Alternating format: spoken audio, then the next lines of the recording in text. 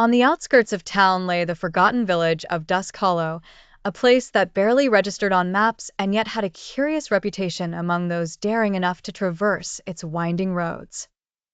Scott, a delivery driver recently fallen on hard times, took the night shift there. The dire necessity for money overridden by the promise of generous tips lured him into this murky hinterland. The night was inky black, the moon a faint sliver behind overcast skies. The air hung heavy with the scent of moss and something older, forgotten. As Scott navigated his van through the sinuous, tree-lined lanes, he found relief in the rhythmic thrum of the engine, a companionable sound in the encompassing silence.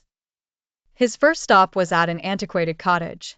Every house here seemed to imply stories with their creaking eaves and mullioned windows. Scott retrieved the neatly wrapped parcel from the back of his van and trotted to the door, which emitted a low groan as it swung open.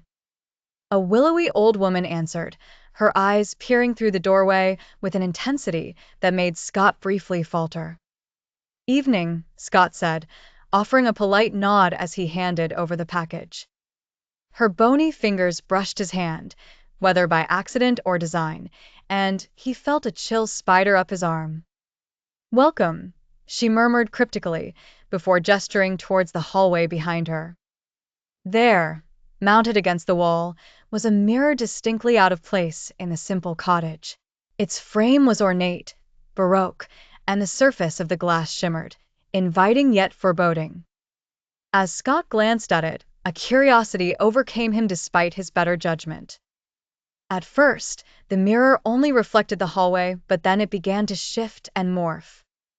Scott's breath caught in his throat as he saw images, flickers of moments that were yet to come. It showed him in various locations, all distinctly different, yet each vision ended the same way, with darkness closing in around him. Scott recoiled from the sight, dropping the lingering hint of warmth from the package that seemed entirely mundane compared to the occult events unfolding in the glass. The old woman nodded knowingly, dismissing him with a frail wave. As he continued his deliveries, each house he came to greeted him with its own mirror.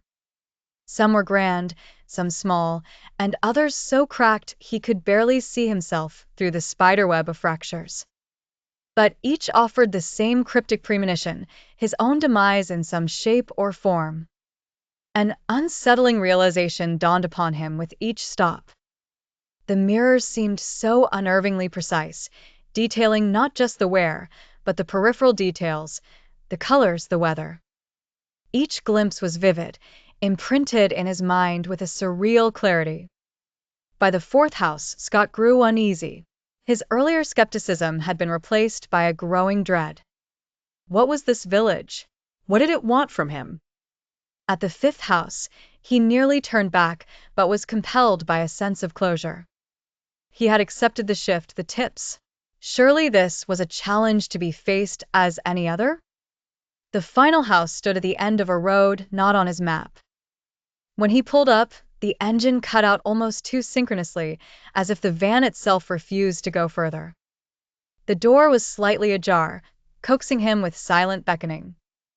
Inside, the house was dark, the smell of incense tinged, maybe, with a hint of spice. The largest mirror yet loomed at the end of the corridor.